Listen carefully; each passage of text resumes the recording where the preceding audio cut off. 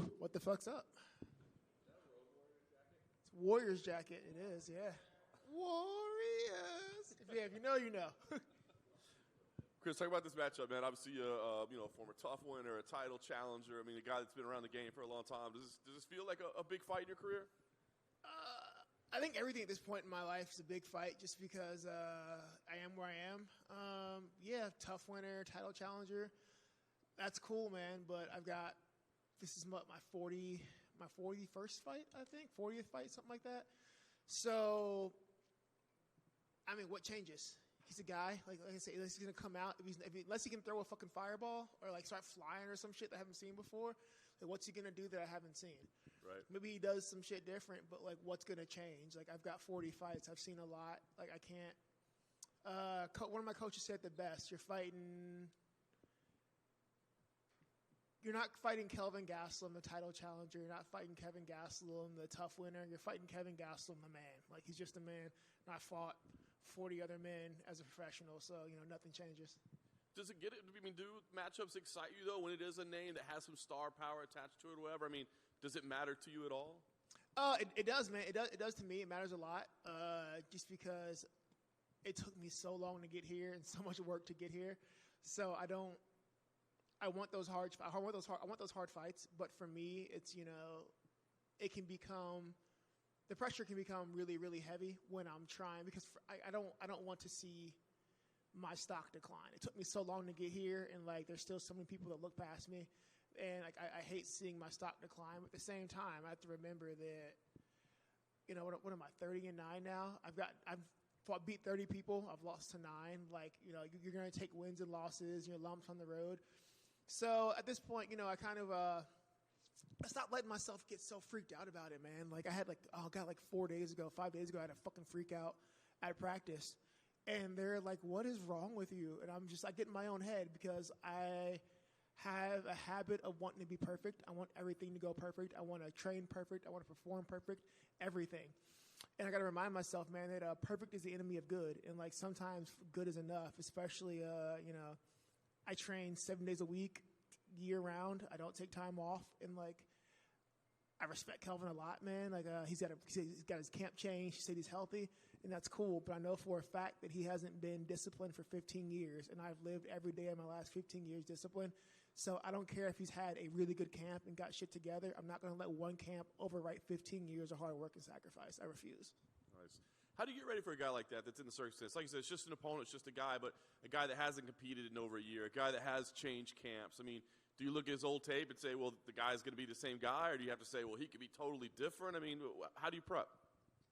Man, this is a this is a hard camp for me, man, because Kelvin's a guy. There's a tale of two Kelvins. Are you going to get the guy that fought Izzy and made him fight his ass off? Or are you going to get the guy who's like eating burritos the week before fight week? So you never know what form of Kelvin you're going to get, or maybe somewhere in the middle is his true form. Who knows? So for this,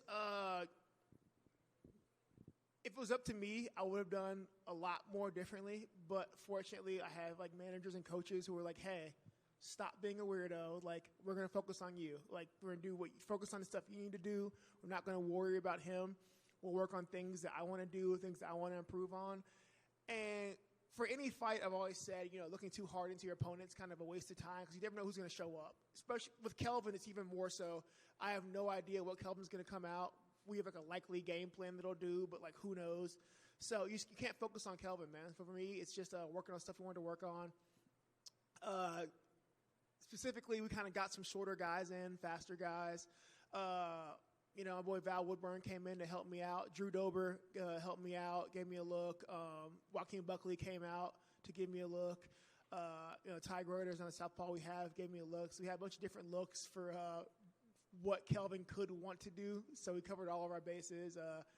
We had John Poppy, who's another good guy, Gabriel Checo. So we had a lot of guys giving me a lot of different possible Kelvin looks. So like I say, unless he comes out and starts flying and throwing fireballs, we've seen it all. Well, the fighter cliche is that I want the best version of that guy that I've ever seen. That's who I want to fight. But you're kind of known for keeping it real. Would you really like the best version of Kelvin Gastelum that's ever been, or would you like the burrito guy so it's a little bit easier fight for you? Give me the burrito guy, honestly. I'm totally fine with that. Here's the thing, guys. I love fighting. I love the violence of it. I love the aspect of it. So part of me is I do want the best Kelvin. We can go out there and have a war. And I do want to have a war, but I'm if I could just have a burrito guy and just kind of go beat him up and get I'll take either or, but at this point in my life, man, I want to go hang out in Miami. I don't want to do that shit all bruised up. So I'll fight the burrito guy. If he shows up, cool. Last thing for me, listen, you are in the rankings now. Like I said, you've been at this game for a long time. It feels like, I don't know, this is kind of the moment or whatever. What do you have goals this year? Hey, I want to be in the top 5 by the end of this year. Or I want to do this. Do you let yourself get caught up in that and where you stand, especially now that you are officially a ranked contender? I kind of set.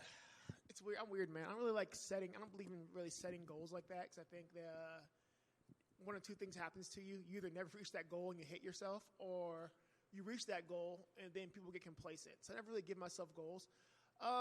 My goal has been, honestly, it hasn't really changed since I started fighting. Well, I had one stretch goal really was to get in the UFC.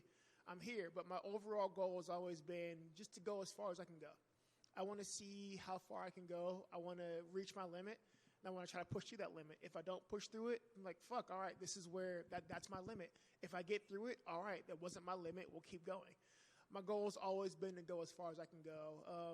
Outside of that, just having fun, man, enjoying my life, enjoying, the rewards of all the sacrifice. So, fuck it, no goals. Why put that limit on yourself? Let's just enjoy the ride and see where I go. You mentioned, unless he starts throwing fireballs, you've probably pretty much seen all there is to see. I'm curious, when was the last time you were in a fight and the other guy did something that you're like, what the fuck was that? So, Jack Hermanson started throwing, jumping, flying teeps. And I'm like, what are you doing right now? It was so weird because you don't really get running, flying teeps. And Jack Hermanson kept doing it, and I'm looking at him like, what the fuck are you doing? Why are you doing this? And it didn't hurt. It didn't land. I'm just looking at him like, why are we we are gentlemen. We agreed to have a fist fight. I'm fine with you kicking me, but why are you being weird? So that was the last time I was like, I don't know what the hell you're doing, bro. Stop it. But outside of that, it doesn't really come up too often. Holy hell. Actually, before I got signed to UFC, I fought Kenny Robertson, and former UFC guy. And everything he did was functionally wrong. And I've had more trouble in that fight than I care to admit. Every time I look back on it, I'm just like, everything you did was functionally wrong. But I'm just like, you can't train for crazy fists. And he's moving his hands weird, and I'm just like, I don't know what I'm fucking doing. In my corner, they're like, oh, why aren't you stopping him? I'm like, bro, I don't want to be close to him because this isn't normal. None of us have trained this. I don't know if he's trained it, but yeah, weird shit works. Chris, over here. I know you said you weren't really worried or focused on Kelvin, but when they brought... I didn't say worried. I said focused. I knew that. Fair. When they brought you this name, were you concerned at all that he wouldn't make it to the fight, given how his last 3 fights, he kind of made it to the finish line and then had to pull out? It was a thing. My management and coaches had to have a discussion with me, okay, we're going to prepare for this fight. We're going to prepare for Kelvin, but we'll be aware that, he's had some mishaps. And it sucks. And I feel like people give Kelvin a lot of shit because he had to pull out a bunch of fights. But you guys got to remember, I'm older than Kelvin, but he's got a lot of mileage on him. He's been in a lot of wars. He's been doing this for a long time. That shit adds up. I'm really fortunate that I've got really good I call it genes that were close to the source material. I'm very black physically, so I age I'm serious. I age very well. I don't get hurt. I recover fast. Even at 35, I still recover pretty fast. I got good source genes. Kelvin's not so lucky, so injuries add up for a lot of people. He keeps getting injured. And it fucking happens, man. It's a hard sport. So, I'm never going to shit on a guy because, your body, you didn't luck out on the genetic lottery there. So, it's a concern. We're be prepared if it changes. But once again, because they're trying to focus on working on me and not just, what's Kelvin going to do? If it did change, we're working on what I wanted to do. So, it's not that bad. And that stat of yours, the 100% takedown defense has been floated around a lot in the build-up to this fight. Even Kelvin brought it up. He's like, well, he's never been taken down. Maybe I have to mix it up. Or is that stat a point of pride for you, or do you not even think about that? No, it's a joke to me because we laugh about it because it's such a weird. It's such a. Actually, me and Rodolfo Vieira, I joke about this a lot because Rodolfo, every time anything comes up, Rodolfo's like, "Hey, that's my stat. I gave that to you," and we laugh about it. But to me, it's funny. Like it is a little bit point of pride because like I struggled with wrestling early in my career. Before we had a gym change, Extreme Couture, and they really sat me down, had a heart to heart, like, "Hey, man, your wrestling sucks." Like I was trained coming from boxing to like counter wrestle, and they're like, "That's not how you do this." So I essentially had to go to Extreme and relearn how to wrestle, and like not just wrestling defensively, but like learning how to actually wrestle. And it kind of took away my fear of being taken down. So it's a point of pride, like, okay, I'm better than I was, but holding on to that stat means nothing to me because like you're in a fight, like weird shit's gonna happen. You can be the best boxer in the world and get dropped. You can be the best wrestler in the world and get taken down. Like that stat means nothing because if I do get taken down, I don't care about being taken down. I care about my ability to scramble and get up. And like that's the difference that I learned from like being at Extreme to like being at, I was at Syndicate before and like Quest before and everything else. The difference I learned that like getting taken down means nothing. In my entire career, I was kind of afraid, like, okay, if I get taken down, I fucked up, right? That was a mindset I have. Now I'm like, okay, if I get taken down, I don't really care if you take me down. It's fine. I could do everything right and still get taken down. It matters if you can hold me there or prevent me from getting up. So, honestly, it's a cool stat to have because, like, for someone who did suck at wrestling for a long time, it's great. But honestly, fuck that stat. And then a couple more for me. It was announced Endeavor bought the majority rights to the WWE, so kind of UFC and WWE are a package deal now. What do you make of that news and being coworkers with the WWE at this point? I asked around, and apparently my pay doesn't change, so I don't give a fuck. Sure. And then how do you see the main event playing between Alex and Izzy, the rematch? So I keep getting asked this, and like yesterday, like the media people asked me as I'm signing a poster of signing the posters, and I look down before I answer. Fucking like Pereira, he's sitting there looking at me like it's like angry face, just staring at me in that poster. So I'm always afraid to say anything. I'm not an Izzy fan. I'm not a fan of the fighting style, like the point fighting approach until something happens. Just not, nothing against him, no disrespect. He's a good champ. Just not a fan of it. I prefer Pereira. But at this, my mind says Pereira. At this point, though, my heart says it has to be Izzy. At this man has created his own boogeyman. You guys see the thing where he's like, Pereira said he only came to MMA because Izzy said like he'll be forgotten, nobody cares about him. So he followed him. I'm like, this guy took your life in kickboxing. You left to make a new life, and he followed you out of like spite. So now I kind of feel for Izzy. Like he has to win this fight. If he doesn't win this fight, and he's an anime guy too. I am too. So I'm thinking like the only thing left to do is either throw yourself off of a cliff, or you sacrifice you go find a Cthulhu Eldritch Abomination. You make sacrifices and you ruin the world out of spite. The dude has to. So Izzy has to win for our sakes because that dude is gonna be at the end of his rope, and he has a personal boogeyman, and I fucking feel for him. That's a terrifying thought to know, everything you do, Alex Pereira is, looking over your shoulder, just scowling. And apparently he's the nicest man ever. I run into Pereira, so many times. Nicest dude ever. Very nice, very just a cool dude. But he just stands there like fucking Michael Myers in the background of Izzy's life. And I'm like, bro, I feel bad for you. You have to win. So I feel like Izzy's going to give it his absolute everything, die in the ring if he has to, because this is just you got people you can't run from your demons. Your demon has a name, and he's going to be there on Saturday. So good fucking luck, bro. Well, I have never heard a fighter bring up Cthulhu at Media Day. You a big H.P. Lovecraft fan? I am a huge Lovecraft fan, besides the insane racism, and xenophobia and everything else. But I'm not going to be mad at it. It's a product of our time. It's cool. But I'm a huge Lovecraft fan, big guy. So I always try to slide in random Cthulhu references when I can. Chris. Hello. For the first time in 20 years, UFC is here in Miami. So I'm just your thoughts of being on this big card and also having it here in South Florida in Miami. I am really happy to be on this card. It's really cool. We get to be on big cards, and I think Media Day is different on the very, very big cards. I like it. I like Miami, Florida. We have mixed feelings about. I've never lost in Florida, which is great. On the flip side, Florida has cost me a lot of money. I have an issue with Cuban women and strippers.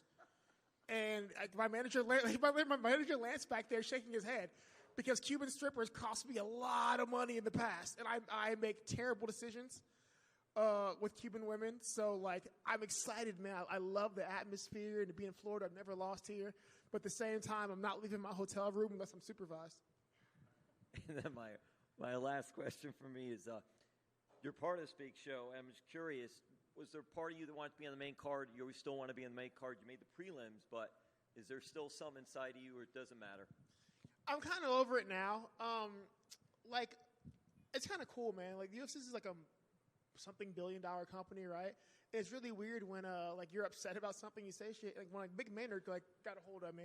Like Mick's one of the top guys up there, my matchmaker. But what other company do you have? We get mad at work and like one of the main people calls you like, why are you so upset? So for me, the thing was when I started this like 15 years ago, when I first started, I was I was a pro 15 years ago.